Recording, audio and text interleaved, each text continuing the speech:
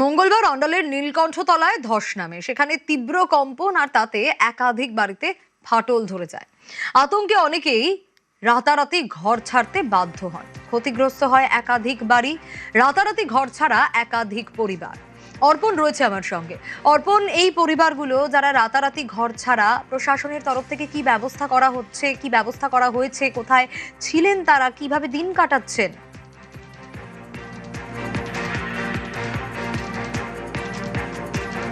বিস্ফোরণের জেরে যে বাড়িতে ফাটল ধস দেখা দিয়েছে, মঙ্গলবার এই ঘটনা ঘটে। গোটা এলাকা আতঙ্ক ছড়িয়ে পড়ে এবং প্রত্যেকটি পরিবারকে কিন্তু স্থানীয় প্রশাসনের তরফ থেকে কিন্তু তাদেরকে নিরাপদে সরিয়ে নিয়ে যাওয়া হয় এবং স্থানীয় বিধায়ক তিনিও খোঁজখবর নেন।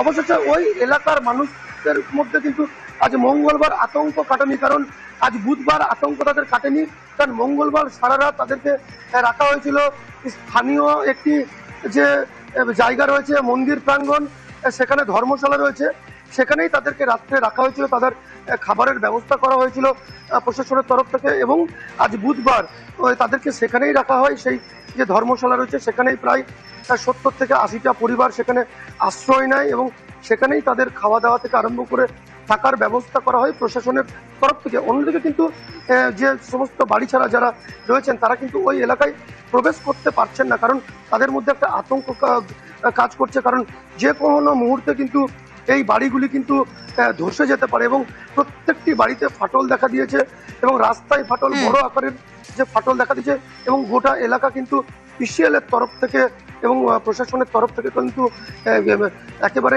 নজরদারি রয়েছে, ঘিরে রাখা হয়েছে।